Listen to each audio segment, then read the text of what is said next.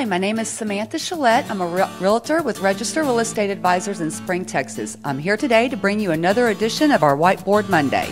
Today I want to talk to you about some of the do's and don'ts of the things that you should or should not do when trying to obtain a mortgage. Number one being, do always keep all of your original paycheck stubs. This is very important. You need to have at least a month's worth of paycheck stubs, preferably two if you're paid every week, then one for each week. Bank statements and any financial documents. If you've got stocks, anything like that, anything that shows that you make interest dividends on anything, keep all of those statements. Another thing you want to do is always notify your loan officer if you plan to receive gift funds. This is very important, especially today. More and more people are turning to family members to help them out when purchasing a home. If you've got a family member or a friend that's going to be depositing a large lump sum of cash into your account, there's going to have to be a justification for that. This isn't going to be a problem, but it does have to be justified.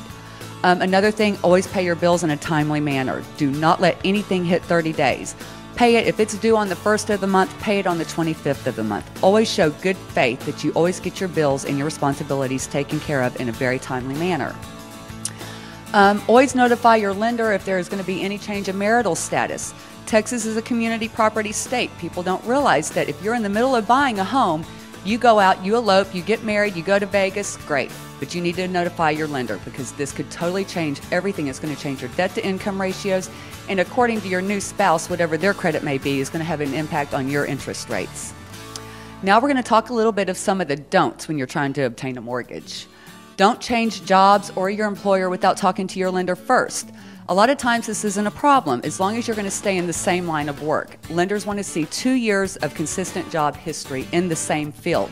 So if you're a nurse for one doctor and then you're going to change professions, then that could be a problem. But if you're just going to go work in another doctor's office, this isn't going to be such a problem. But you always talk to your lender first and verify. Another thing, don't make any major purchases prior to closing.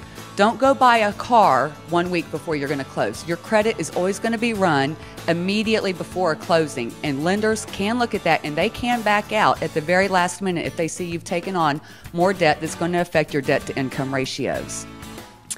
Don't obtain and or deposit sums of money over $500 without notifying your lender.